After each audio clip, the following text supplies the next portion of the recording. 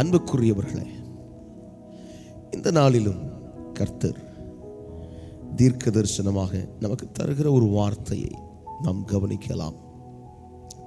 எரேமியா தீர்க்கதரிசியின் புஸ்தகம் 15வது அதிகாரம்.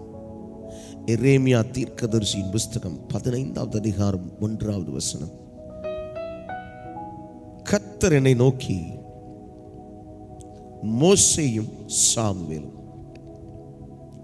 என் முகத்துக்கு முன்பாக நின்றாலும் என் மனம் இந்த ஜனங்கள் பட்சமாய் சாராது. இவர்கள் என் முகத்தை விட்டு புறப்பட்டு போகும்படி இவர்களை துரத்திவிடு.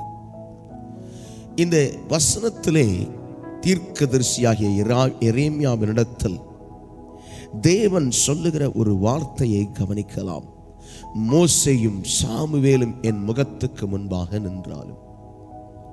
அன்பானவர்களே, இந்த முகத்துக்கு முன்பாக நிற்கிறது யாருக்கு? கர்த்தருடைய முகத்துக்கு முன்பாக. அங்கே மோசேயும் சாமுவேலும் என்று அந்த வார்த்தை சொல்லுகிறது. இந்த மோசேயும் சாமுவேலும்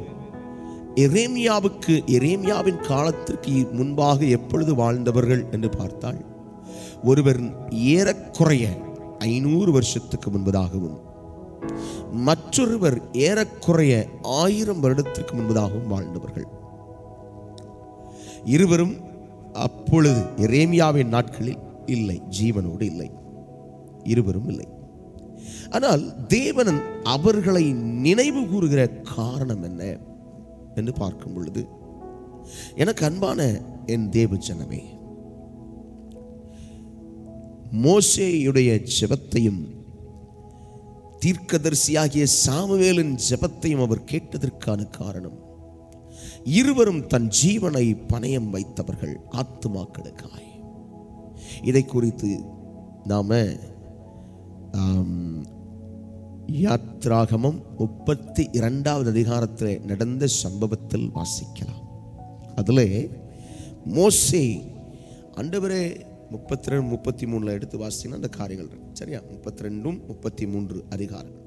மோசே தேவனிடத்தில் இருக்கும் பொழுது, மலையிலே இருக்கும் பொழுது, ஜனங்கள் கீழே தங்களை கெடுத்துக் கொள்கிறார்கள், விக்கிரகங்களை உண்டாக்கி பாவம் செய்கிறார்கள்.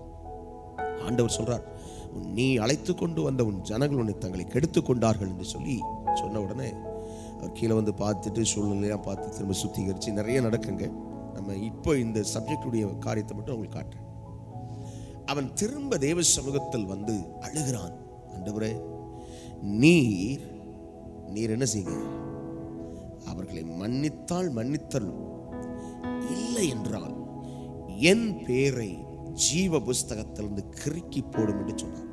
எனக்கு அன்பானவர்களே, நாம் கர்த்தருடைய பிள்ளைகளாக அல்லது ஊழியர்களாக இதை எப்படி அணுகுகிறோம் என்று பார்ப்பீர்களானால், நான் ஊழியம் செய்கிறதுக்குரிய ஒரு காரணம் என்ன? என்னை அவர் தன்னுடைய வீட்டிலே சேர்த்துக் கொள்வார், அந்த பரலோக வீட்டிலே சேர்த்துக் கொள்வார். நான் விசுவாசியாய் இருக்கிறதுக்கான காரணம் என்ன? முடிவிலே நான் அவருடைய ராஜ்யத்துக்குள்ளே போவேன், இல்லையா?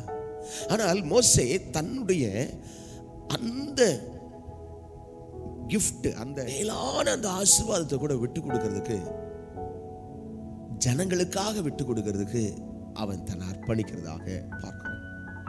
சாமுவேல் எப்படிப்பட்டவர் அப்படின்னு பார்த்தீங்கன்னா, 1 சாமுவேல் 12வது அதிகாரத்தில் வந்து வாசித்தீங்கன்னா, அங்க அவர்கள் ஜனங்கள் வந்து இஸ்ரவேலுக்கு ஒரு ராஜா வேண்டும் என்று கேட்கிறார்கள். அதில் அவன் ஏற்படுத்தி கொடுக்கிறான். மனசு முதல் சஞ்சலப்பட்டான். அப்புறம் ஆண்டவர் சொன்னார், ஏற்படுத்தி கொடுக்கிறான். ஆனாலும் அவருடைய பாவத்தை உணர்த்தும்படியாக அவன் என்ன செய்கிறான் என்றால், இந்த பாரு, இன்னைக்கு கோதுமை விதைப்பின் நாள், அறுப்பின் நாள், நான் கர்த்தரை நோக்கி விண்ணப்பம் பண்ணுவேன், கர்த்தர் மழை அனுப்புவார்னு சொல்லி ஜெபம் பண்றான். மழை வந்து எல்லாத்தையும் அழிச்சிருக்கு. நீங்க பாவம் செய்ததுனால இப்படி நடக்கும் அப்படின்னு சொல்ல, திரும்ப அந்த ஜனங்கள் வந்து, ஐயா தெரியாம செஞ்சுட்டோம், எங்களுக்காக ஆண்டவர்கிட்ட விண்ணப்பம் பண்ணுங்கன்னு சொன்ன உடனே சொல்றான், நான் உங்களுக்காக விண்ணப்பம் பண்ணாமல் இருந்தால் கர்த்தருக்கு விரோதமாய் பாவம் செய்கிறவனாக இருப்பேன். What a great understanding. நீங்க இந்த சப்ஜெக்ட் உள்ள போய் ரொம்ப ஆழமாக கவனிச்சா தெரியும்.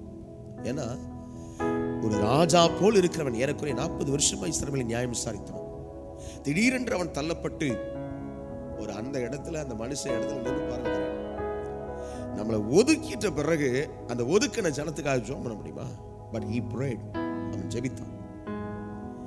இந்த 2 பேரையும் ஆண்டவர் மேற்கோள் காட்டினதுனால தான், நல்லா கவனிச்சு பாருங்க, இந்த எரேமியா 15க்கு முன்பதாக உள்ள அதிகாரத்திலே தீர்க்கதரிசியாகிய எரேமியா அவர் பேசுற பேச்சுகளுக்கும் அதன் பின்பதாக வருகிற பேச்சுகளுக்கும் ஒரு வித்தியாசம் இருக்கும். புலம்பலின் தீர்க்கதரிசி என்று நாம் அவரை சொல்லுகிறோம். ஏனென்றால் அடுத்த புஸ்தகம் லேமெண்டேஷன் புலம்பல் புஸ்தகம். ஏன் புலம்பினார்? இந்த இருவரும் இடையிலலாம் பார்த்தீங்கன்னா ஜனங்களுக்காக இவன் எதிர்த்து பேசுறான். ஆண்டவற்றை பரிந்து பேசல, ஜனங்களை நீர் நியாயம் சாரின்னு பேசுறான். ஆண்டவர் அப்படி செய்யல. இவன்கிட்ட சொல்றாரு, மோசேயும் சாமுவேல் நின்றா கூட என் மனசு இறங்காதுப்பா அப்படின்னு பேசுற. மோசேயும் சாமுவேலும் நின்றாலும் என் மனம் என்ன செய்யாது, இறங்காது. இப்படி அந்த மனுஷனிடத்தில் சொல்லுகிறார். சற்று ஆராய்ந்து பாருங்க. the prayer, ஜெபத்தினுடைய முக்கியத்துவம். அதுவும் எந்த ஜெபம்? ஜனங்களுக்காய் பரிந்து பேசுகிற ஜெபம். புலம்பல்ல அழுகிறான் தீர்க்கதரிசியாகிய எரேமியா. நம்ம இது வரைக்கும் எத்தனை நேரம் ஜனங்களுக்காக அழுது ஜெபித்திருப்போம்? இன்னைக்கு முக்கியமா ரட்சிக்கப்படாத ஒரு பெரிய திரள் கூட்டம் இருக்கிறது. நான் நேற்று கூட ஒரு குடும்பத்தை சந்திக்க நேரிட்டது. சுவிசேஷம் சொல்லணும், அவர்களுக்காய் ஜெபிக்க வேண்டும், வேதத்தை சொல்லிக் கொடுக்க வேண்டும். வேற வழியே இல்லை, வேற வழியே இல்லை. They need to understand Christ. கிறிஸ்துவை அவர்கள் புரிந்து கொள்ள வேண்டும். That is so important. அதுதான் ரொம்ப அவசியம். எத்தனை பேர் ஆண்டவரை சொல்றதுக்கும் அவர்களுக்காக நான் திறப்பல நின்று ஜெபிப்பேன். என் குடும்பத்திலேயே இன்னும் ரட்சிக்கப்படாம இருக்காங்களே, என் வீட்டிலேயே இன்னும் ரட்சிக்கப்படாதவங்க இருக்காங்களே, என்னுடைய கிராமத்தில் அல்லது நான் பட்டணத்திலும் ரட்சிக்கப்படாதவர்கள் இருக்கிறாங்களே, என்னுடைய தேசத்தில் இன்னும் ரட்சிக்கப்படாதவர்கள் இருக்கிறாங்களே, இந்த பாரம். ஹல்லேலூயா. எரேமியாவுக்குள் உண்டான காரணம், அவர் மோசேயையும் சாமுவேலையும் நினைவு கூர்ந்தார். 2 பேரும் உயிரோடு இல்லை. But the Lord remembered them. கர்த்தர் அவர்களை நினைவு கூர்ந்தார். நம்மளை நினைவு கூர்றபடி நம்ம வாழ்றோமா? சற்று ஆராய்ந்து பார்க்கலாமா? என்னோடு கூட சேர்ந்து ஆண்டவருக்கு ஒப்பு கொடுத்து ஜெபிக்கலாமா? அன்பின் பரலோகத்தின் தகப்பனே, நாங்கள் கேட்ட இந்த வார்த்தைகளின்படி நாங்கள் எரேமியாவை போல மாற வேண்டும்.